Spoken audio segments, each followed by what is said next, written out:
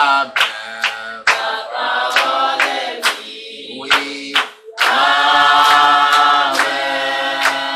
Ta parole est vie. Amen. Ancien des jours, sois élevé et magnifié pour cette opportunité. Nous sommes en ta présence pour écouter ta parole. C'est elle qui édifie. Dans les temps anciens, lorsque ton peuple était en détresse et qui cria à toi, tu envoies ta parole qui le guérit et le délivra de la fosse. Toi, tu n'as pas changé. Ta parole demeure aussi la même. Envoie-la nous ce soir, afin que, Père, elle nous apporte la vie et la délivrance au nom de Jésus-Christ. Que cette parole descende dans nos vies et accomplisse de grandes œuvres pour ta gloire au nom de Jésus. Merci parce que je crois que tu l'as accompli. C'est toi l'orateur, c'est toi l'enseignant, c'est toi le prédicateur, c'est toi le messager, c'est toi le prophète. Exprime-toi librement, ton peuple est à l'écoute. Que nos cœurs s'ouvrent maintenant afin que ta parole puisse trouver de la place pour produire de profonds changements dans nos vies au nom de Jésus. Merci parce que j'ai l'assurance que tu nous as exaucés. Que toute la gloire et l'adoration soient rendues à toi seul. Au nom de Jésus de Nazareth, nous avons prié. Amen. Veuillez vous asseoir, que Dieu vous bénisse. Ézéchiel chapitre 33 du verset 30 au verset 33. Ézéchiel chapitre 33 du verset 30 au verset 33. Il est écrit et je lis. Et toi, fils de l'homme, les enfants de ton peuple s'entretiennent de toi près des murs et aux portes des maisons. Et ils se disent l'un à l'autre, chacun à son frère. Venez donc et écoutez quelle est la parole qui est procédée de l'Éternel. Et ils se rendent en foule auprès de toi, et mon peuple s'assied devant toi. Ils écoutent tes paroles, mais ils ne les mettent point en pratique, car leur bouche en fait un sujet de moquerie et leur cœur se livre à la cupidité. Voici, tu es pour eux comme un chanteur agréable, possédant une belle voix et habile dans la musique. Ils écoutent tes paroles, mais ils ne les mettent point en pratique. Quand ces choses arriveront, et voici elles arrivent, elles sauront qu'il y a un prophète au milieu d'eux. Alléluia. Le message que le Seigneur adresse à Ézéchiel concerne l'attitude du peuple de Dieu vis-à-vis de la parole que l'Éternel leur envoie. C'est pourquoi nous voudrons parler du thème interrogatif. Comment écoutes-tu la parole de Dieu? Comment écoutes-tu la parole de Dieu? Ici, le peuple a une manière d'écouter la parole. Pour eux, Ézéchiel, prophète de Dieu, serviteur de l'Éternel, est un habile chanteur, un homme fort en musique, dont la voix ne fait que chanter. Et ils se rendent en masse auprès de lui, ils se tiennent devant lui, ils s'assoient devant lui pour écouter la parole. Ça leur fait plaisir. Et ils font plaisir à l'homme de Dieu. Ézéchiel avait longtemps pensé que le peuple écoutait la parole et la mettait en pratique. Jusqu'à ce que le Seigneur lui a révélé qu'en réalité, Ézéchiel, ce peuple se moque de toi. Tout ce que tu dis là, pour eux, c'est des sujets de moquerie.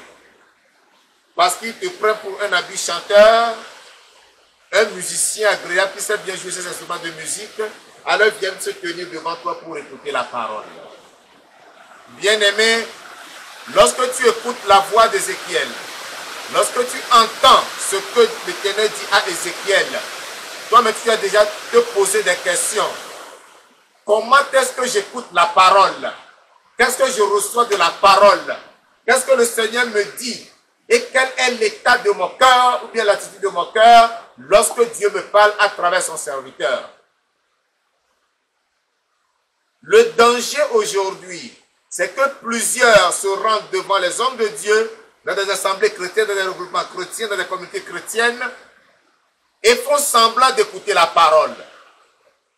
Mais en réalité, c'est pour faire plaisir soit au prédicateur, soit à celui qui les a conviés, soit à quelqu'un d'autre dans l'assemblée. D'autres le font pour pouvoir garder leur position qu'ils tiennent dans l'église. Quelle est ma position? Voici ce que je fais. Pour ne pas perdre cette position, il faut que je sois tranquille pendant que le message passe. Or, pendant que le message passe, ton cœur est ailleurs. Tes pensées sont ailleurs. Ton cœur n'est pas sur la parole. Tes pensées ne suivent pas la prédication. Tu penses à autre chose. Tu es dans la distraction. Tes pensées se volatilisent.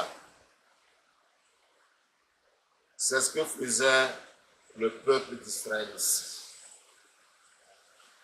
Il dit, les enfants de ton peuple s'entretiennent de toi près des murs et aux portes des maisons, et ils se disent l'un à l'autre, chacun à son frère, venez donc et écoutez quelle est la parole qui est procédée de l'Éternel. Oui, venez donc.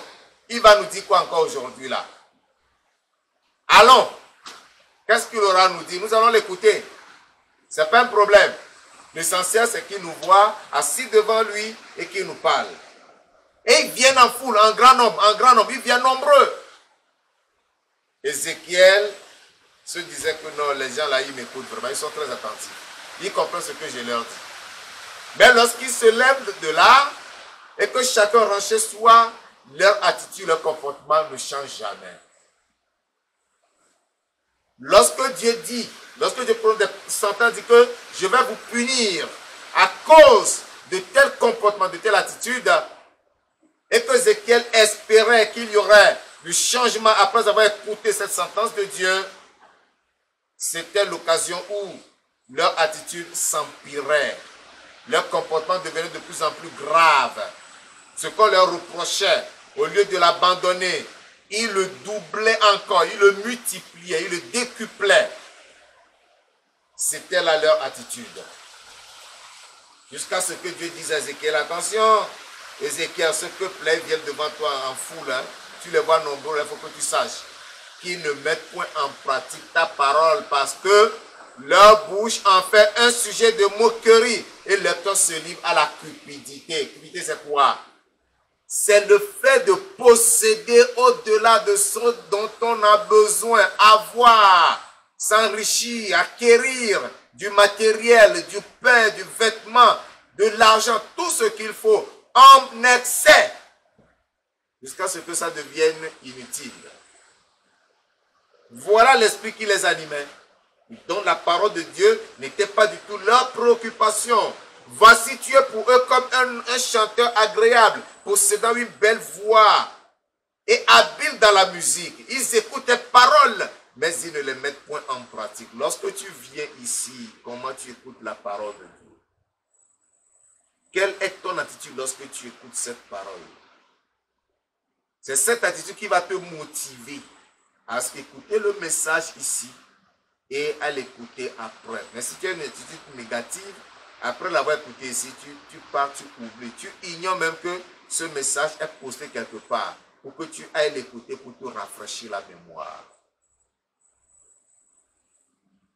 Si tu sais que ce qui sort, ce que tu écoutes, édifie, contribue à ton progrès spirituel, à ton épanouissement spirituel, tu pourrais après tout le télécharger et l'écouter tranquillement lorsque tu es dans un lieu où tout est calme ou bien au milieu de la nuit. Tu pourras t'élever et l'écouter et prier encore parce que ton cœur brûle de désir de pratiquer cette parole.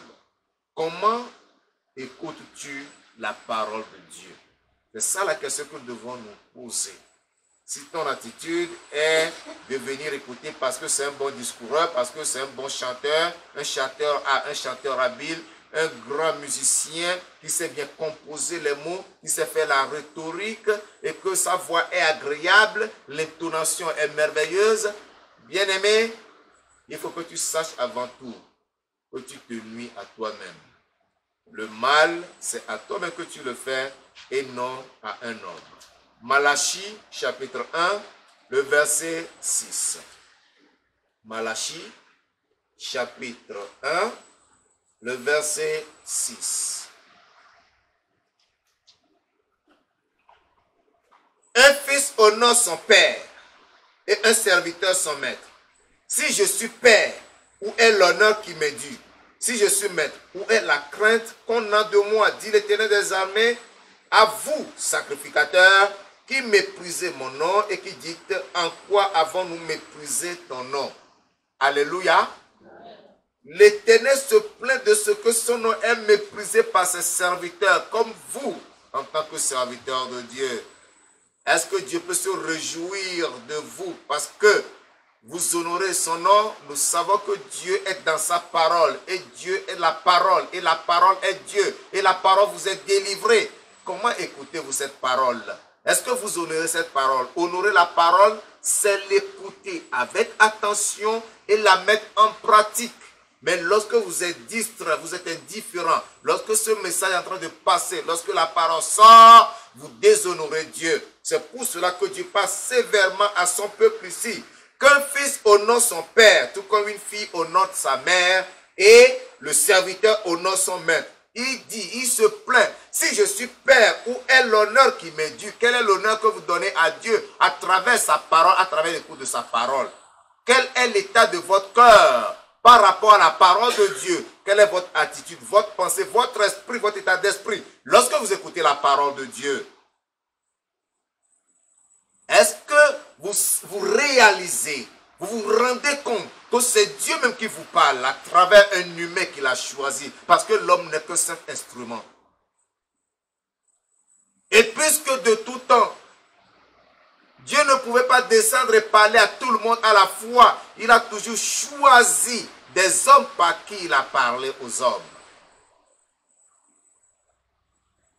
Dieu a appelé Moïse. Et la Bible nous renseigne qu'il parlait à Moïse de bouche à bouche. Et c'était Moïse qui transmettait le message au peuple de Dieu. Lorsque Moïse n'était plus, il a trouvé Josué. Et il s'adressait au peuple à travers Josué.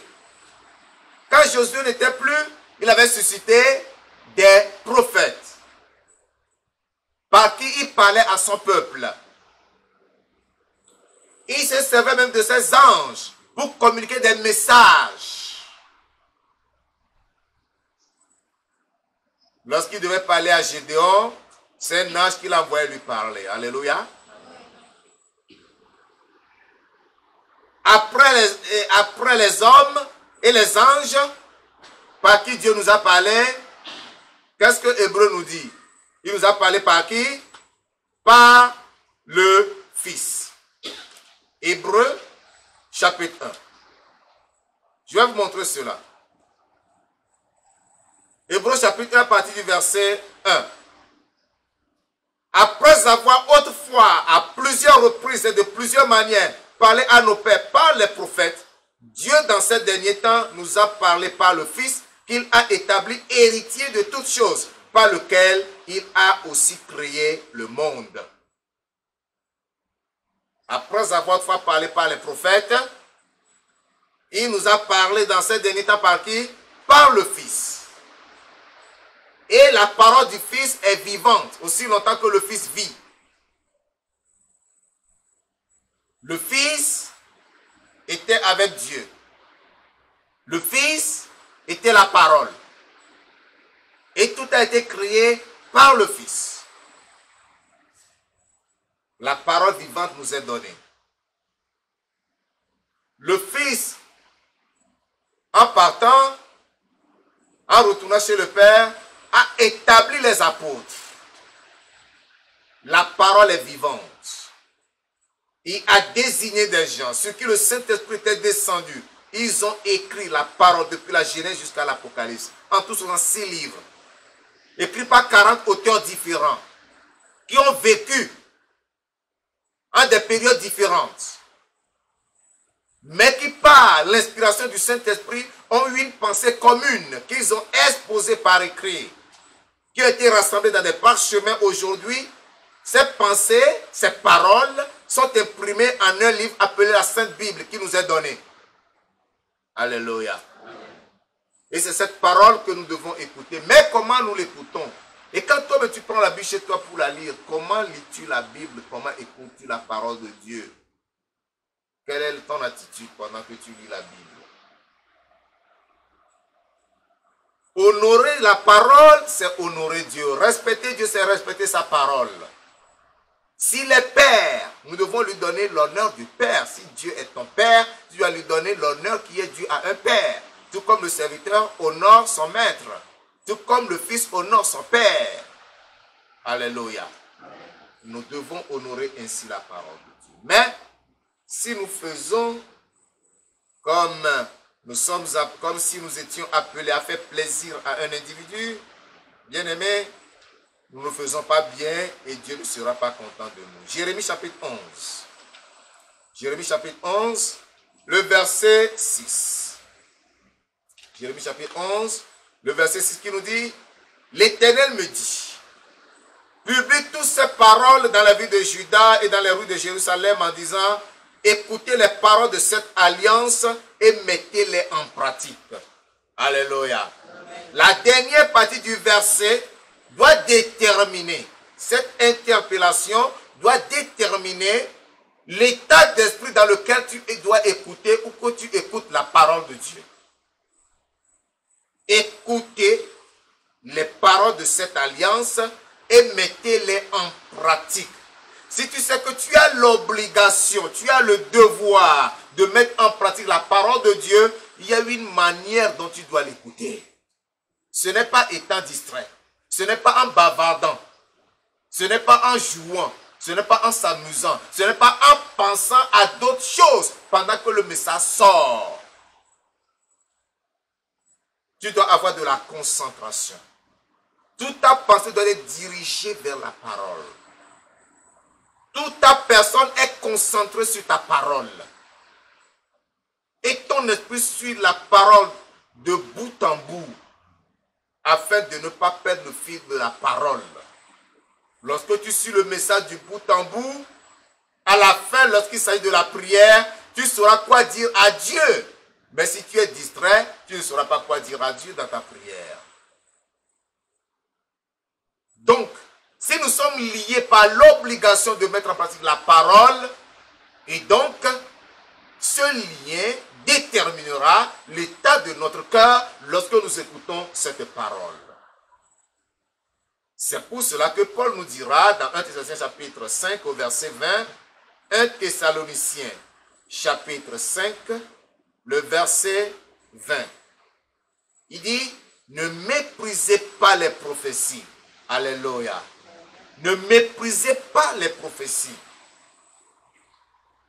La prophétie aujourd'hui, ce n'est pas ainsi par l'Éternel. Mais la prophétie, c'est le message, c'est la prédication, c'est l'enseignement de la parole.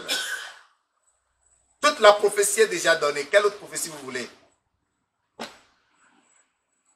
Les prophètes d'antan disaient ainsi par l'Éternel. Et c'est écrit. Mais aujourd'hui, le Saint-Esprit nous a tout donné. Tout est contenu dans les 66 livres. Quel autre ainsi par l'Éternel vous voulez écouter? Je ne refuse pas, Dieu parle. Mais est-ce que c'est chaque jour que les prophètes reçoivent le message? Non. C'est des situations. Or, nous avons besoin de nourrir notre esprit chaque jour de la parole. La parole nous est donnée. Il nous a donné des prédicateurs, il nous a donné des pasteurs, il nous a donné des docteurs, il nous a donné des évangélistes, il nous a donné des prophètes.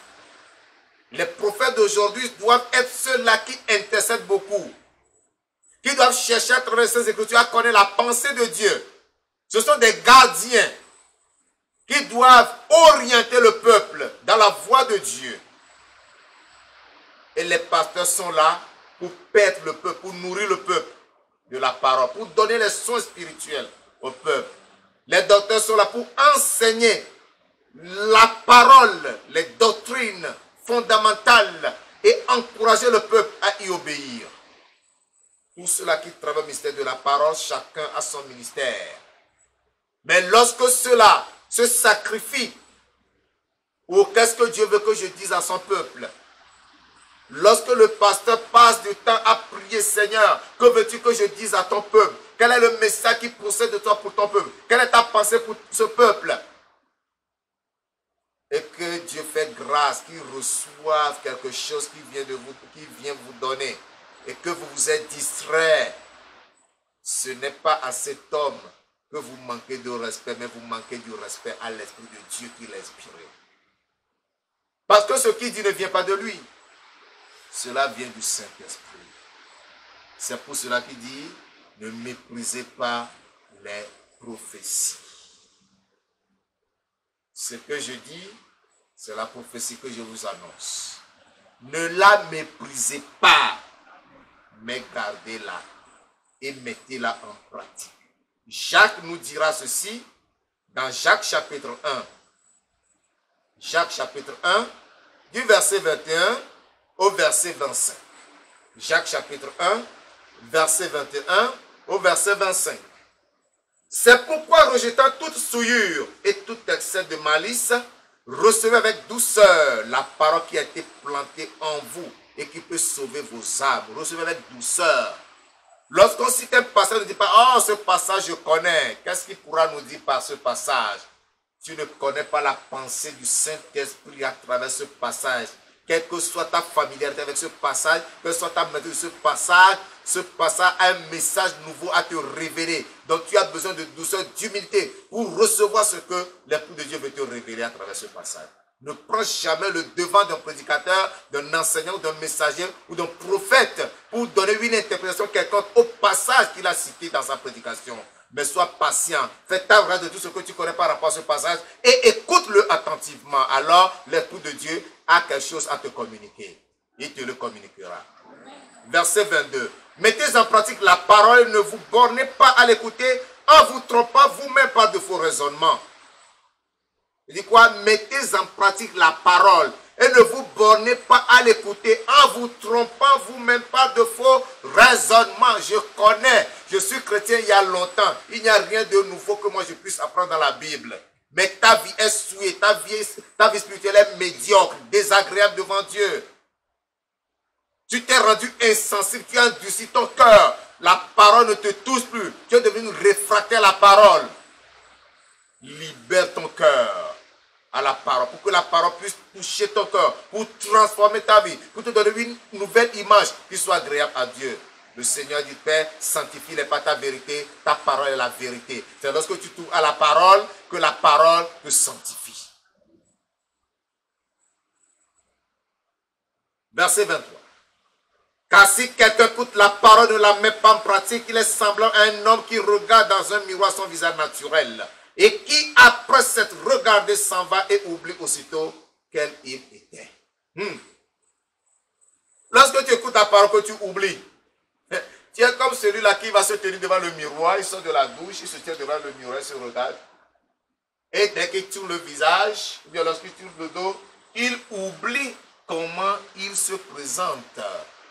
Il ne peut pas faire de lui un portrait physique, mais une description de son apparence. C'est ce que tu es. Comment un homme ne peut pas se reconnaître? Si tu es comme ça, si on te montre même ta photo, tu diras, oh, ça c'est qui? Je ne connais pas cette personne, ça c'est qui? Alors que c'est ta propre photo. La parole de Dieu, c'est le miroir dans lequel nous nous regardons. Verset 25. Mais celui qui aura plongé les regards dans la loi parfaite, la loi de la liberté, et qui aura persévéré, n'étant pas un auditeur oublieux, mais se mettant à l'œuvre, celui-là sera heureux dans son activité. Alléluia. Amen. Vous allez remarquer que la dernière partie ici, qui nous dit, mais celui qui aura plongé les regards dans la loi parfaite, la loi de la liberté, et qui aura persévéré, n'étant pas un auditeur oublieux, c'est-à-dire qui met en pratique la parole, qui garde la parole, qui observe la parole, qui obéit à la parole, cette personne sera heureuse dans son activité, c'est-à-dire il sera béni dans toute sa vie, sur le plan spirituel, sur le plan physique, sur le plan matériel, sur le plan financier, sur le plan social, dans tous les domaines, tu auras de la bénédiction. Et ce que Jacques dit ne vient pas de lui, ça vient de l'Esprit de Dieu, parce que Dieu l'avait précédemment dit à travers Moïse dans Exode 15 au verset 26 que nous allons lire. Exode 15, le verset 26. Il avait déjà parlé à Moïse depuis longtemps pour dire que si vous écoutez cette parole et que vous la mettez en pratique, vous serez heureux. Voyons ce qu'il a dit à Moïse dans Exode 15 au verset 26. Il est écrit. Il dit, si tu écoutes attentivement la voix de l'Éternel ton Dieu, c'est la même chose que Jacques a repris, a répété. Si tu écoutes attentivement la voix de l'Éternel ton Dieu, si tu fais ce qui est droit à ses yeux, si tu prêtes l'oreille à ses commandements, et si tu observes toutes ses lois, je ne te frapperai d'aucune des maladies dont j'ai frappé les Égyptiens, car je suis l'Éternel qui te guérit. Alléluia. Car je suis l'Éternel qui te guérit. Cette guérison ne concerne pas seulement la guérison des maladies physiques, mais il y a des maladies spirituelles. Il a dit qu'il ne te frappera d'aucune maladie dont il a frappé les Égyptiens. Il a frappé les Égyptiens de beaucoup de maux. Il a frappé leurs premiers fils. Ils ont été tués. Il a frappé leurs animaux. Leurs animaux étaient morts. Il a frappé leurs os. Les os étaient devenus du sang. Il a frappé de plusieurs maladies ensuite. Donc si toi tu mets en pratique la parole de Dieu, aucun de ces malheurs ne t'atteindra. Alléluia. Tes fils vivront. Tes animaux vivront. Ton champ prospérera. Parce que même dans les champs, les grêles avaient détruit les plantes dans les champs. Mais si toi tu mets en pratique la parole de Dieu, comme Jacques l'a dit, tu seras heureux. Ce qui est important, ce que nous devons souligner ici, dans le verset 26, c'est qu'il dit, si tu écoutes attentivement la voix de l'Éternel, ça détermine notre attitude lorsque nous venons devant Dieu, lorsque nous écoutons la parole de Dieu. Et lorsque nous avons le désir de mettre cette parole en pratique, l'attitude dans laquelle nous devons écouter cette parole, c'est une attitude d'attention. Écoutez attentivement. Laissez la distraction de côté. Le matin, tu as été au bureau, au travail, dans tes affaires. Tu as rencontré des difficultés, tu as des problèmes avec tes chefs. Au marché, les marchandises n'ont pas coulé comme cela se devait. Quand tu viens à l'église, tu t'assois devant Dieu, tu es dans l'assemblée, tu veux écouter la parole de Dieu. Oublie toutes ces choses. Concentre-toi sur la parole. Sois attentif à la voix de Dieu. Car de cette parole viendra ton salut. Ne te laisse pas distraire. Que rien ne t'empêche d'écouter la parole de Dieu. Mais que toute ton attention soit focalisée sur la parole. Afin que cette parole puisse te fortifier et t'attirer vers le Seigneur. Comment écoutes-tu la parole de Dieu? Avec distraction, avec amusement, avec indifférence, avec insouciance? Si c'est dans ces attitudes-là, c'est que tu n'es pas prêt à mettre la parole en pratique. Mais si tu l'écoutes attentivement, c'est-à-dire avec concentration, en honorant Dieu qui est dans sa parole, tu es en train de dire, je veux écouter et mettre en pratique afin que je sois béni. C'est pourquoi nous allons parler au Seigneur ce soir. Il nous dit de nous aider à écouter sa parole attentivement. Et cette attitude d'attention, d'écoute attentive de la parole de Dieu est déterminée de la préparation que nous faisons chez nous avant de venir dans la maison de Dieu. Parce qu'il y en a qui savent que aujourd'hui, je dois aller à la réunion, aujourd'hui, je dois aller au culte, aujourd'hui, j'ai tel programme à l'église, je dois y aller, mais ils ne font aucune préparation spirituelle. Ils ne prient même pas. Tu ne pries pas pour cette séance que tu as. Tu ne pries pas pour le culte. Tu ne pries pas pour le message. Même la prière comme il a fait. Tu ne pries pas. Tu te lèves chez toi. Tu viens t'asseoir. Qu'est-ce que tu vas faire? Quel sera l'état de ton cœur? Tu seras la distraction? Tu seras l'amusement? Tu seras préoccupé par les choses. Des choses qui n'ont rien à voir avec la réalité spirituelle. Ce sont ces gens qui vont te préoccuper. Et lorsque tu es devant Dieu, tu ne pourras rien faire de bon, tu ne pourras pas être attentif. C'est pour cela que chaque fois qu'il y a une séance, bien-aimé, avant de te lever de chez toi pour aller prendre le temps de prier sérieusement pour ces séances et recommande ton cœur entre les mains de Dieu, demande que le Dieu puisse préparer ton cœur à recevoir de sa parole. Lorsque tu es si préparé, quand tu viens t'asseoir, tu écoutes attentivement, tu prends bien note, tu digères cette parole dans la prière et tu es béni. C'est pourquoi ce soir nous allons parler au Seigneur. Que ça nous accorde la grâce de bien nous préparer, d'avoir une bonne attitude d'attention lorsque nous venons devant lui ou lorsque nous méditons la parole chez nous pour que nous puissions mettre cette parole en pratique. Parle au Seigneur.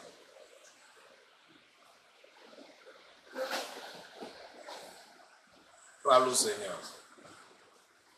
Parle au Seigneur, mon frère bien-aimé.